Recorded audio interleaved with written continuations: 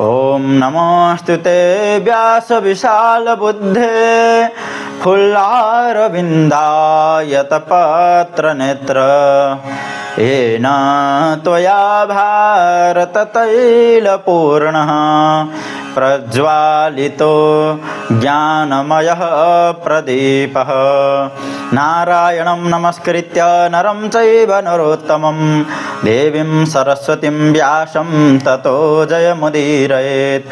ओम नमो भगवते वासुदेवाय। अथ सप्तमोऽध्यायः। अथ फाल्गुनकृष्ण एकादशी कथा। युधिष्ठिरोवाच फाल्गुनस्यासिते पक्षे किं नाम एकादशी भवेत्?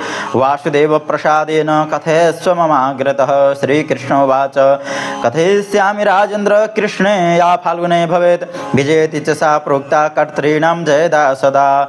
तस्याः व्रतमाहात्म्यं सर्वपापहरं परं नारदः परिपप्रच्छ ब्रह्माणं कमलासनं। फाल्गुनस्यासिते पक्षे विजया नाम या तिथिः तस्या व्रतं सुरश्रेष्ठ कथयस्व प्रसादतः। इति पृष्टो नारदेन प्रत्युवाच पितामहः। ब्रह्मोवाच शृणुनारद वक्ष्यामि कथां पापहरां परां पुरातनं व्रतं हेतत् पवित्रं पापनाशनं।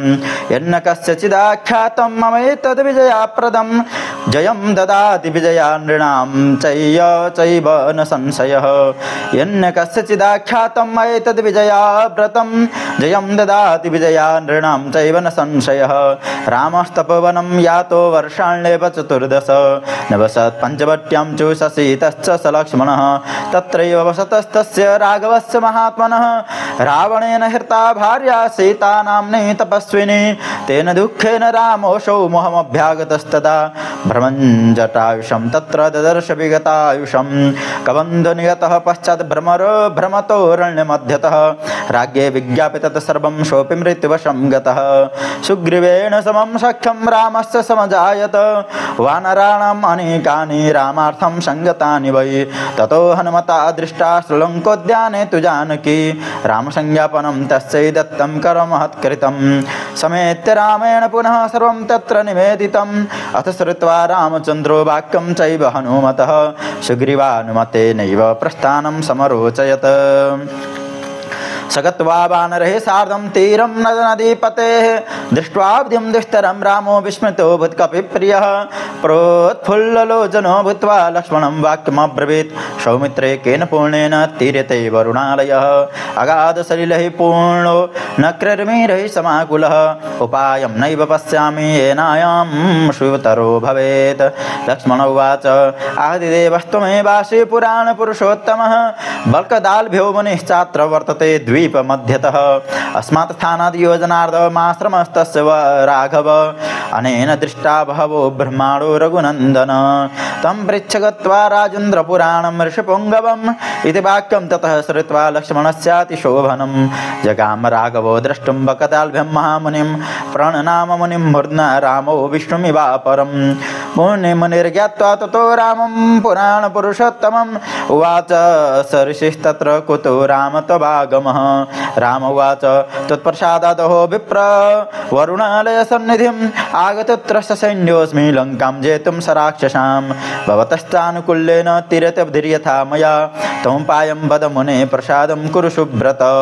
मुनिरुवाच कथयिष्याम्यहं रामव्रतानां व्रतमुत्तमं कृतेन येन सहसा विजयस्ते भविष्यति लङ्कां जित्वा राक्षसांश्च दीर्घां कीर्तिमवाप्स्यसि एकाग्रमानसो भूत्वा वर्तमे तत् समाचर।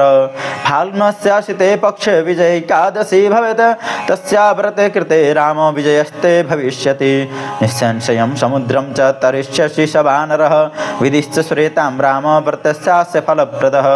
दशमे दिवसे प्राप्ते कुम्भमेकं चकारयेत् हैमं वा राजतं वापि ताम्रं वाप्यथ मृण्मयं स्थापयेच्छोभितं कुम्भं जलपूर्णं सपल्लवं तस्योपरि निषद्देवं हैमं नारायणं प्रभुम्।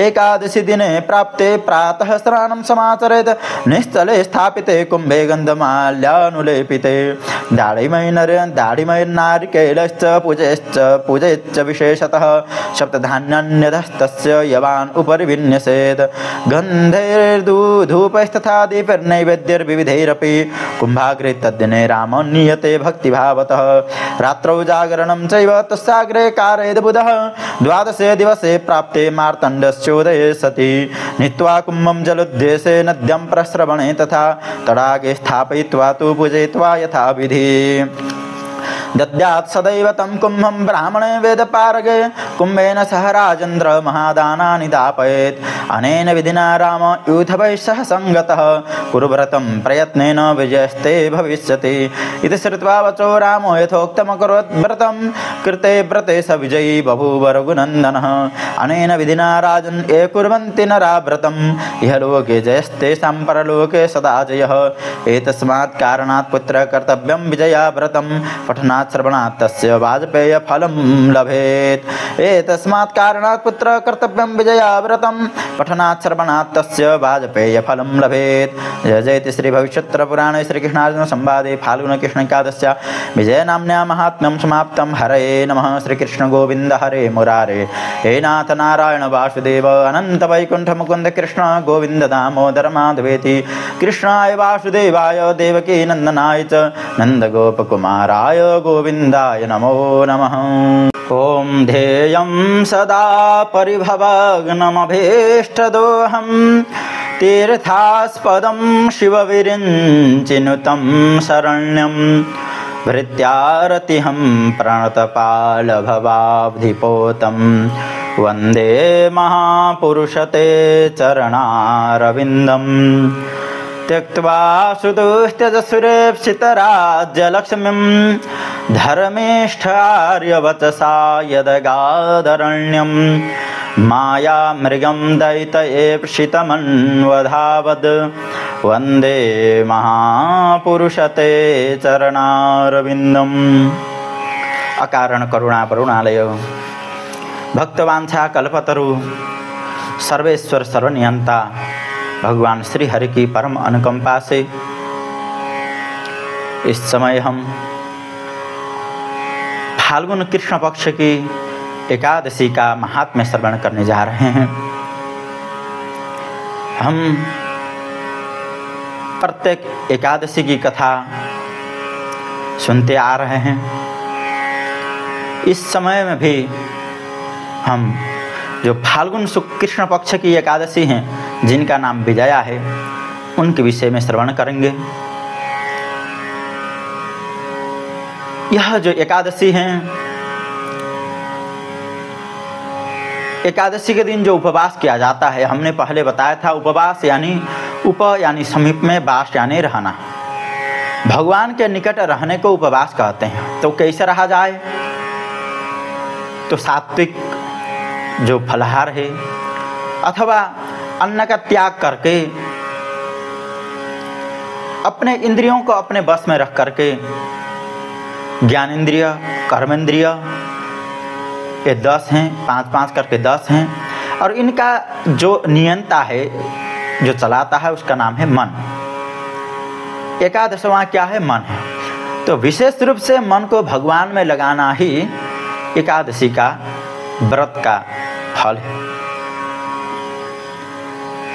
व्रत करके हम कुछ नहीं खाते हैं, क्योंकि जो खाने का हम सोचेंगे, ये खाने की इच्छा होगी, वो खाने की इच्छा होगी, जब हम संकल्प लेंगे कि कुछ खाना ही नहीं है, यदि खाएंगे तो भी कुछ फल फूल खाएंगे, दूध लेंगे, बस और कुछ नहीं लेंगे, तो मन में भी वही भावना आएगी। इससे क्या होगा? मन भटकेगा नहीं। इस प्रकार हम एकादशी का व्रत करते हैं, मन को भगवान में लगाते हैं। और यह कथा भविष्योत्तर पुराण में वर्णित है, एकादशी की कथा। और कलियुग में तो विशेष करके भगवान का जो एकादशी का व्रत है उसकी विशेष महिमा है, क्योंकि कलियुग अन्य युग से विलक्षण है। एक समय वेदव्यास जी ध्यान करके देख रहे थे कलियुग आ रहा है, तब उन्होंने इसके विषय में सोचा और जानने के लिए गंगा जी के तट में गए, और गंगा जी में बीच में जाकर के स्नान करते हुए, डूबते हुए उन्होंने ध्यान से देखा कलियुग के दोष और गुण को।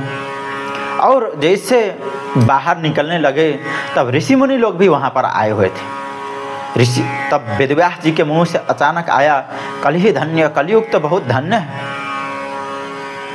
तो ऋषि मुनियों ने पूछा, है प्रभु, हे वेदव्यास जी, हम तो कलयुग से डर करके उससे बचने का उपाय पूछने के लिए आपके पास आए हुए थे, आप तो कलयुग को धन्य कह रहे हैं, कारण क्या है? तो उन्होंने कहा कि अन्य युग में जो हजारों साल से तपस्या आदि करने पर जो फल मिलता था, वह फल कलयुग में कुछ क्षण ही भगवान का नाम संकीर्तन करने से प्राप्त हो जाता है। कृते यध्यायतो विष्णुं त्रेतायाम यजतो मखैः द्वापरे परिचर्यायां करो कलौ तद हरि कीर्तनात्। सत्ययुग में 10,000 साल जो तपस्या करने से जो फल प्राप्त होता था, वही फल त्रेता युग में 1,000 साल तक भगवान का यज्ञादि से यजन करने से प्राप्त होता था, और द्वापर में आकर के उसका दशांश घट करके 100 साल तक भगवान की पूजा करने से, षोडशोपचार आदि से पूजा करने से प्राप्त होता था। लेकिन कलयुग में एक दिन अहोरात्रेण तत्कलौ होने को कहा गया है। अहोरात्र यानी दिन रात यदि किया जाए तो सत्ययुग में 10,000 साल तक किए हुए जो कर्म हैं, तपस्या आदि हैं, उनके समान फल प्राप्त हो जाता है।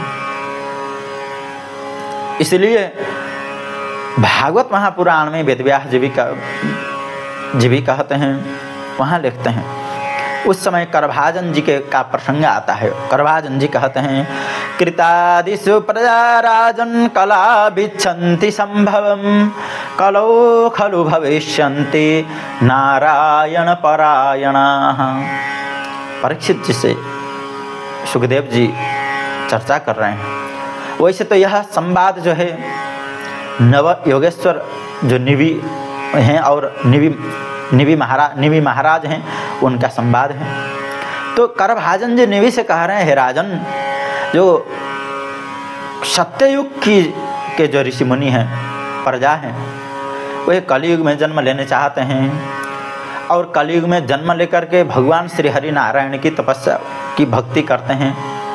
और भागवत में ताम्रपर्णी नदी आदि का वर्णन है, और जो भक्ति मार्ग का प्रचार प्रारंभ हुआ दक्षिण भारत से हुआ द्रविड़ में, तो उसका भी वर्णन आता है। और आगे करभाजन जी कहते हैं, कलयुग में भक्ति की क्यों महिमा है।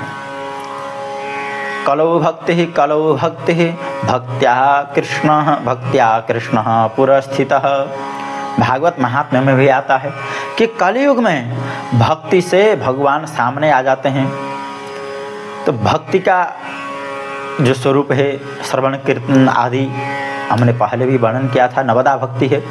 भगवान की कथा सुनना, श्रवणम कीर्तनम विष्णु स्मरणम पाद सेवनम अर्चनम वंदनम दास्यम सख्यम आत्मनिवेदनम, इस प्रकार नवदा भक्ति का वर्णन किया गया है।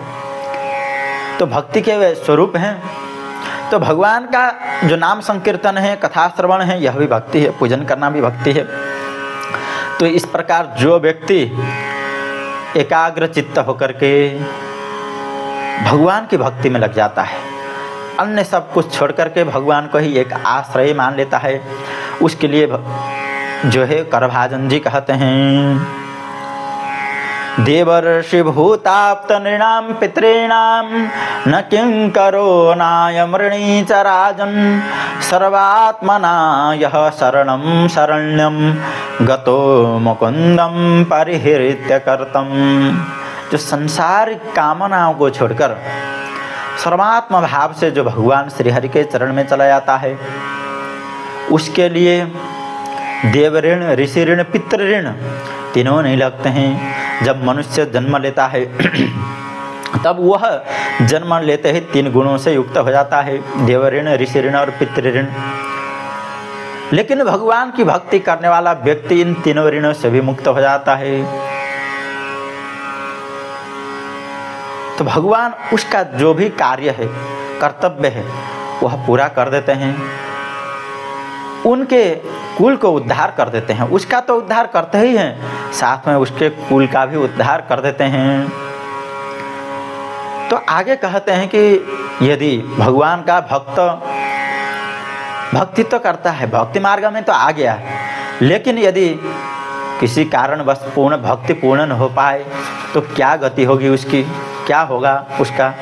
तो कहते हैं स्वपाद मूलम मूले मूलम मूले भजतः प्रियस्य त्यक्तान्य भावस्य हरि परेशः विकर्म यच्चोत्पतितं कथंचित् धुनोति सर्वं हृदि सन्निविष्टः। जो भगवान के चरण में ही भक्ति करता रहता है, भगवान के सिवाय अन्य किसी की कामना नहीं करता है, ऐसे भक्त के हृदय में यदि कुछ दुर्वासनाएं आ जाएं तो भी भगवान किसी न किसी चीज़ को निमित्त बना करके उसकी दुर्वासना को, कामना को सब समाप्त कर देते हैं। जैसे नारद जी ने ध्यान किया, कामदेव को जीता, काम को तो जीता, लेकिन उनके अंदर अहंकार आ गया और जा कर के शंकर जी से कहने लगे, ब्रह्मा से कहने लगे। शंकर जी और ब्रह्मा जी ने भी कहा था कि भगवान विष्णु को यह बात मत बताना कि मैंने काम को जीत लिया। उनको घमंड आ गया और जा कर के भगवान विष्णु से कहे, और भगवान ने मायापुर का निर्माण किया और मोहिनी जो विश्व सुंदरी थी उसकी रचना की। नारद जी उसमें मोहित हो गए, भगवान का रूप चाहे, कहे मुझे आपका स्वरूप दीजिए, हरि रूप दीजिए, जिससे वह सुंदरी मुझे वर्ण करें। तो भगवान ने उनके अंदर स्थित काम वासना को, अहंकार को नाश करने के लिए हरि का अर्थ भगवान श्री हरि भी होते हैं, लेकिन भगवान ने हरि यानी वानर का रूप दे दिया। और बाद में जब उनको ज्ञान हुआ तो अहंकार भी टूट गया, कामनाएं भी समाप्त हो गईं। इस प्रकार भगवान अपने भक्त का जो भी कार्य रहता है, जो भी योगक्षेम है वह वहन कर लेते हैं। गीता में भी भगवान कहते हैं अपिचेत सुदुराचारो भजते माम अनन्य भाग साधुरेव समन्तव्यः सम्यग् व्यवसितो हि सः क्षिप्रं भवति धर्मात्मा सस्वच्छान्तिं निगच्छति कौन्तेय प्रतिजानीहि न मे भक्तः प्रणश्यति। भगवान कहते हैं जैसा भी दुराचारी हो, लेकिन वह अपने पाप कर्म का पश्चाताप करते हुए मेरे शरण में आता है तो उसको भक्त ही जानना चाहिए। मैं उसको जल्दी ही अपना भक्त बना देता हूँ, धर्मात्मा बना देता हूँ। हे अर्जुन, यह प्रतिज्ञा जानो, तुम भी प्रतिज्ञा लो कि मेरा भक्त कभी नाश को प्राप्त नहीं होता है।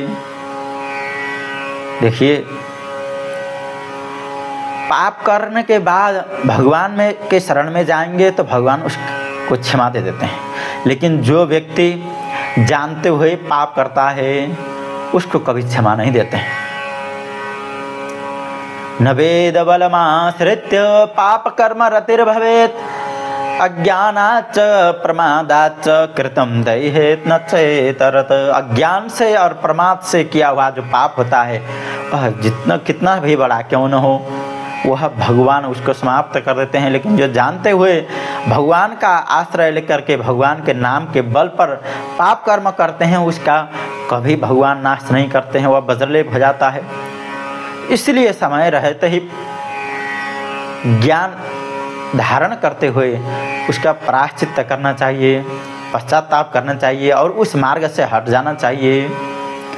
भगवान कहते हैं नेहाभिकर्मणा स्वस्ति प्रत्यवायो न विद्यते स्वल्पमप्यस्य धर्मस्य त्रायते महतो भयात्।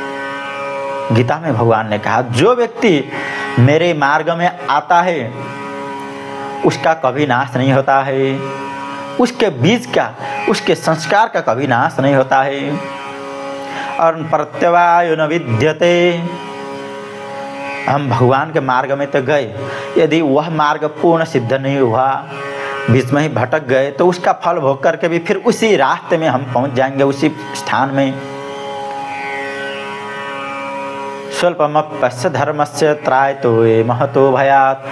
थोड़ा भी भागवत धर्म भक्ति मार्ग में लगा हुआ व्यक्ति संसार सागर से पार हो जाता है। वह भक्ति मार्ग ऐसा है कि बड़े से बड़े भय से भी मुक्त कर देता है। इसलिए भगवान की भक्ति कलयुग में विशेष बताई गई है। भक्ति अवश्य करनी चाहिए। और भक्ति के साथ में जो एकादशी का व्रत है, यह भी भक्ति मार्ग का ही साधन भक्तों के लिए ही।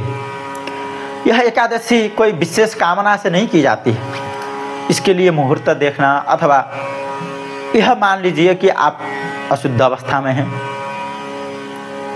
अथवा अशौच अवस्था में हैं, तो भी एकादशी के दिन आप पूजा मत कीजिए, अन्य कुछ मत कीजिए, लेकिन भगवान का स्मरण करते हुए व्रत रहेंगे बिना अन्न ग्रहण किए, तो भी यह सफल हो जाता है। क्योंकि इसमें कोई ऐसा विधान नहीं है कि आपको ऐसा ही करना है।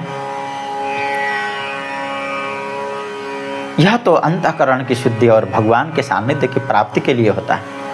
इसलिए एकादशी व्रत को किसी भी स्थिति में, यदि आप व्रत करने पूजा करने लायक नहीं हैं, अशौच अवस्था में हैं, तो भी फल फूल खा करके, दूध आदि लेकर के उस दिन अन्न ग्रहण नहीं करना चाहिए। अन्न का निषेध बताया गया है। इस प्रकार व्रत करना चाहिए। तो अब हम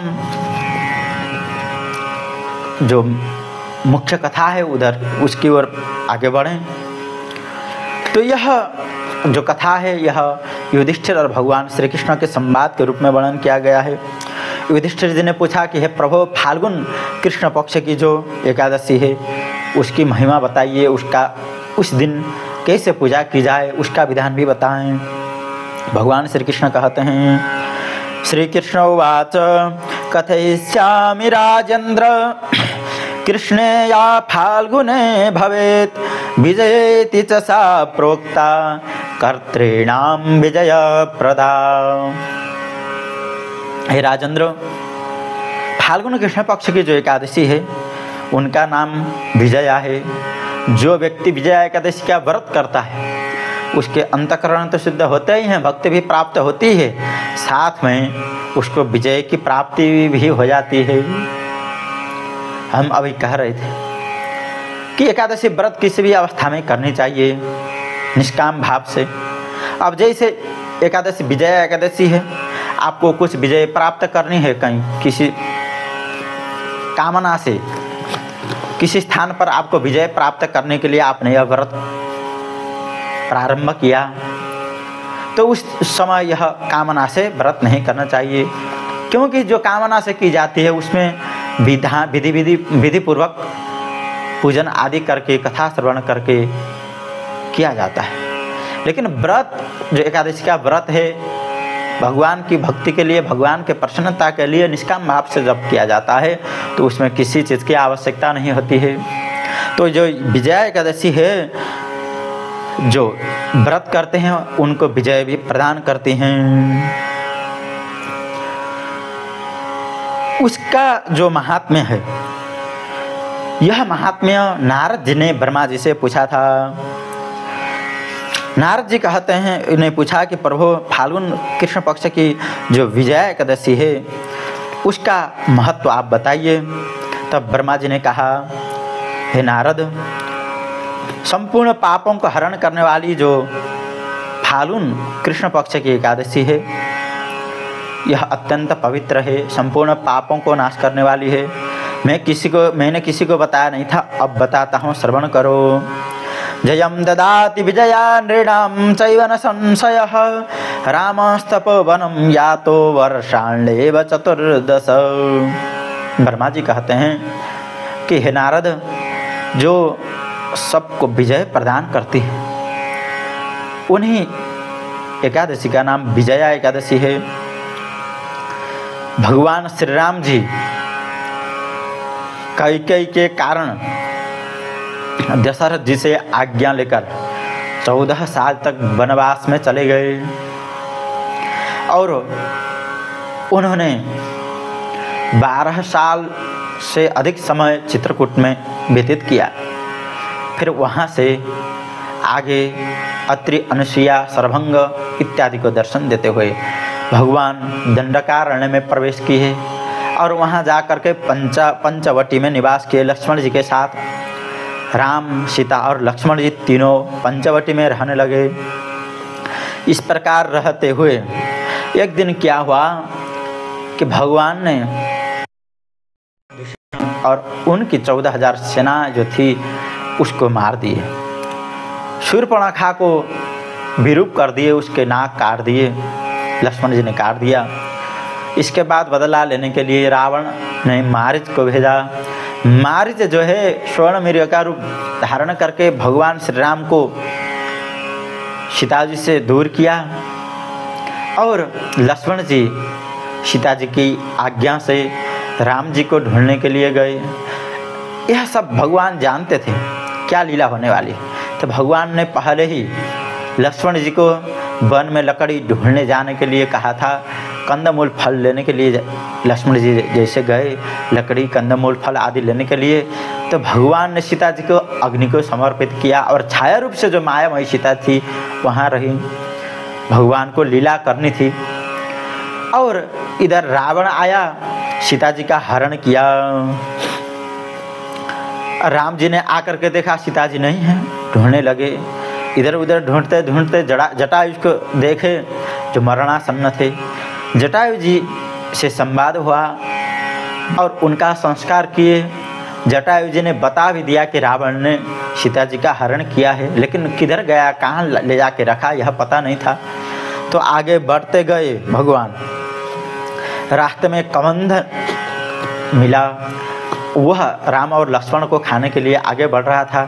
तब भगवान ने उसका भी उद्धार किया और आगे जा कर के भगवान ने सबर जी को दर्शन दिया।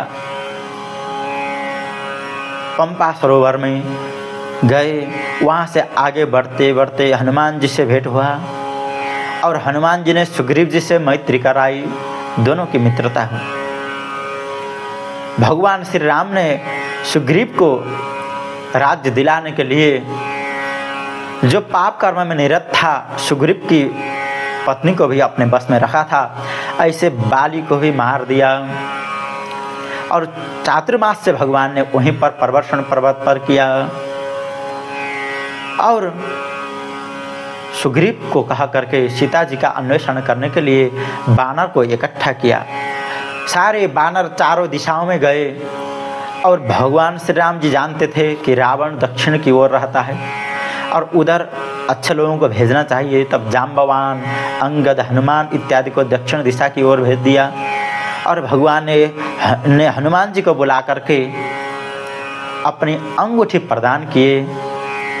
अगर सीता मिल जाए तो यह अंगूठी दिखाना। और जो स्फटिक शिला में जो लीला हुई थी, इंद्र का जो बेटा था जयंत, उसने जो सीता जी के साथ व्यवहार किया था वह भी कथा बता दी। इस प्रकार हनुमान जी को भगवान ने अंगूठी देके भेजा।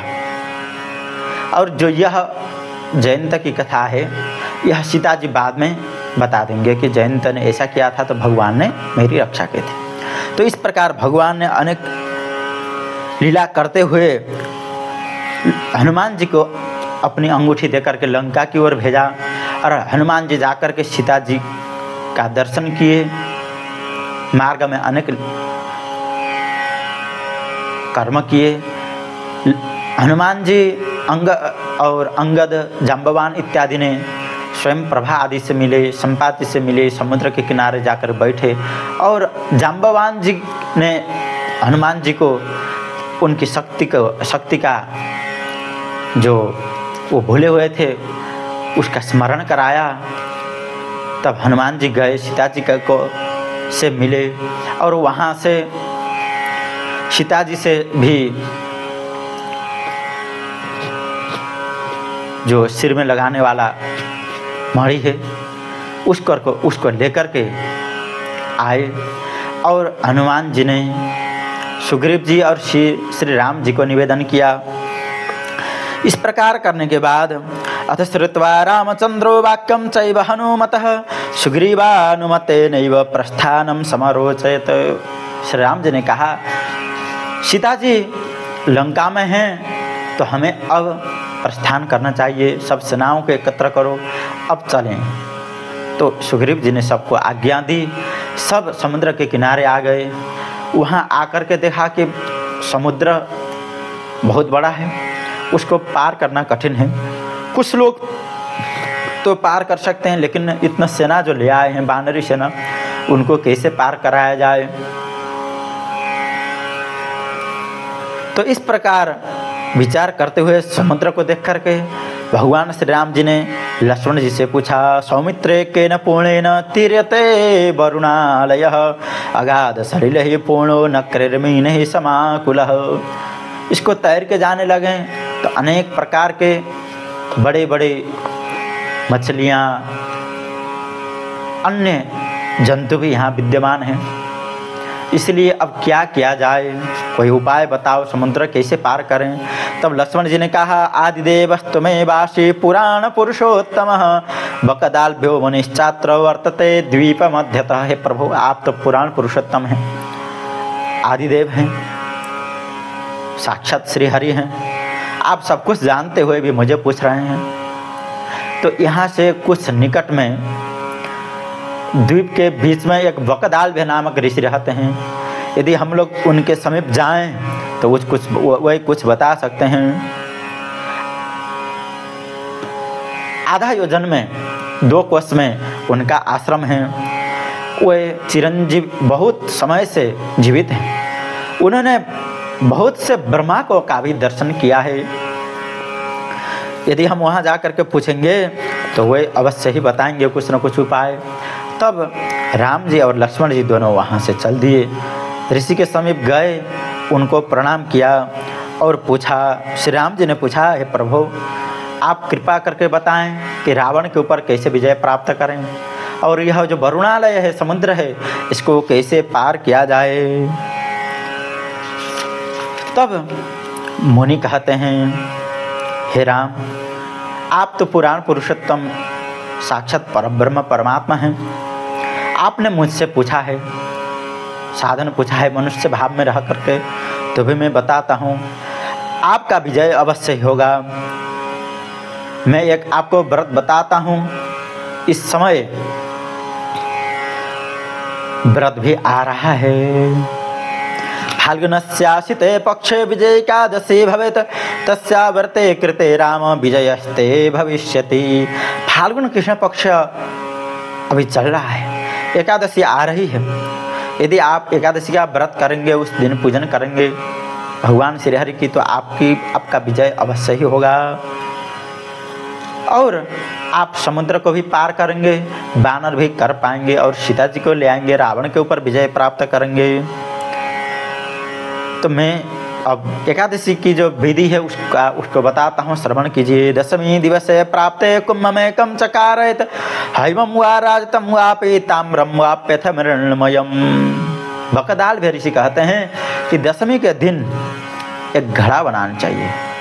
हो सके तो सोने का घड़ा बनाएं, यदि न हो तो चांदी का घड़ा बनाएं, यदि वह भी संभव न हो तो मिट्टी का घड़ा एक तैयार करें और उसको जल से पूर्ण करके बाहर चंदन से सजा करके और कलश के ऊपर कपड़ा रख करके, नारियल रख करके, आम्र आदि पत्ते रख करके वहाँ पर क्या करें, स्थापय क्षोभितं कुंभं जलपूर्णं सपल्लवं तस्योपरि निषेदेवं हैवं नारायणं प्रभुं। कलश को दिव्य प्रकार से सजा करके, पंचरत्न डाल करके, सर्वौषधि डाल करके, सप्तमृत्तिका डाल करके, दुर्वा इत्यादि सब डाल के उसके ऊपर एक थाली रखें। थाली के ऊपर हो सके तो सोने के, नहीं तो चांदी के भी हो, तो भगवान श्री नारायण की प्रतिमा रख दें और स्थापना कर दें। और एकादशी के दिन सुबह जल्दी उठ करके अपने नित्य कर्म पूर्ण करके उस स्थापित कुंभ की पूजा करें, गंधा, चंदन, अक्षत, पुष्प इत्यादि से। अनार, नारियल इत्यादि जो भी प्राप्त हो वह चढ़ाएं। सप्तधान्य को नीचे रखें, कलश के नीचे रखें, ऊपर जौ इत्यादि रख दें। गंध, पुष्प, दीप, धूप, दीप, नैवेद्य इत्यादि से भगवान नारायण की पूजा करें। इस प्रकार एकादशी के दिन भगवान की पूजा करते हुए, कथा श्रवण करते हुए, कीर्तन करते हुए उसी कुंभ के निकट रह करके बैठ करके उस दिन को व्यतीत करें। और रात्रि के समय जागरण करें, और जब द्वादशी के दिन सूर्योदय हो जाए तब उस कुंभ को, घड़े को प्रतिमा के साथ, हो सके तो गंगा नदी के पास जो पुण्य नदी है, अगर वो न हो तो जो नदी प्राप्त हो उन नदी के पास, अगर वो नदी भी प्राप्त न हो, जो छोटी छोटी नदियाँ झरने रहते हैं उनके पास, अथवा वो भी न हो तो कोई तालाब के पास ले जाएं और वहाँ विधिवत स्थापित करके पूजन करें।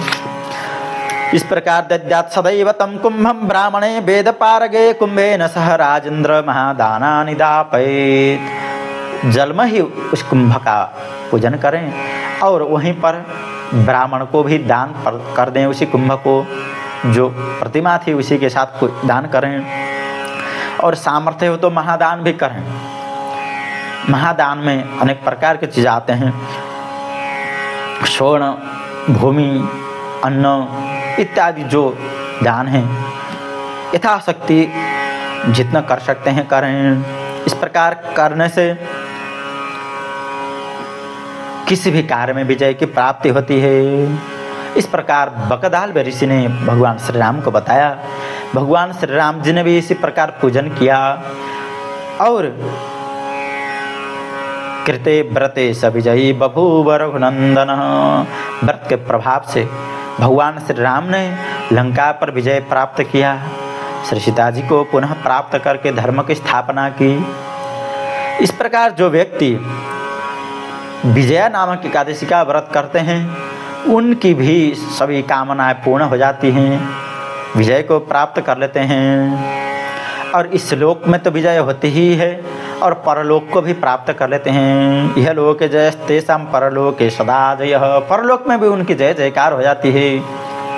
ये तस्मात् कारणात् पुत्र कर्तव्यम विजया व्रतम पठनात् श्रवणात् तस्य वाजपेय फलम लभेत्। यहाँ पुत्र कहा करके ब्रह्मा जी नारद जी को संबोधन करते हैं, हे नारद, इस कारण विजया नामक फाल्गुन कृष्ण पक्ष की एकादशी को अवश्य करना चाहिए। जो व्यक्ति इस कथा की जो महिमा है, इसका जो महात्म्य है, इसका श्रवण भी करते हैं तो उनको वाजपेय नामक जो यज्ञ है उसका फल प्राप्त हो जाता है। बोले श्री विजया एकादशी की जय हो, श्री नारायण भगवान की जय, श्री सीतारामचंद्र भगवान की जय हो। इस प्रकार एकादशी की जो महिमा है, उसका जो व्रत है, उसके करने से हमारी सांसारिक कामनाएं भी पूर्ण हो जाते हैं। कामनाएं पूर्ण होती हैं, साथ में हमें भगवान की भक्ति और अंत में मुक्ति भी प्राप्त हो जाती है। इसलिए हमें विधिपूर्वक भगवान में निष्ठा रखते हुए एकादशी का व्रत करना चाहिए, और उस दिन भगवान की कथा, एकादशी का जो महात्म्य है उसका भी श्रवण करना चाहिए, भगवान का नाम संकीर्तन करना चाहिए। श्री कृष्ण गोविंद हरे मुरारे, हे नाथ नारायण वासुदेव, अनंत वैकुंठ मुकुंद कृष्ण गोविंद दामोदर माधवेति। बोलिए श्री एकादशी महिमा वर्णन की जय हो।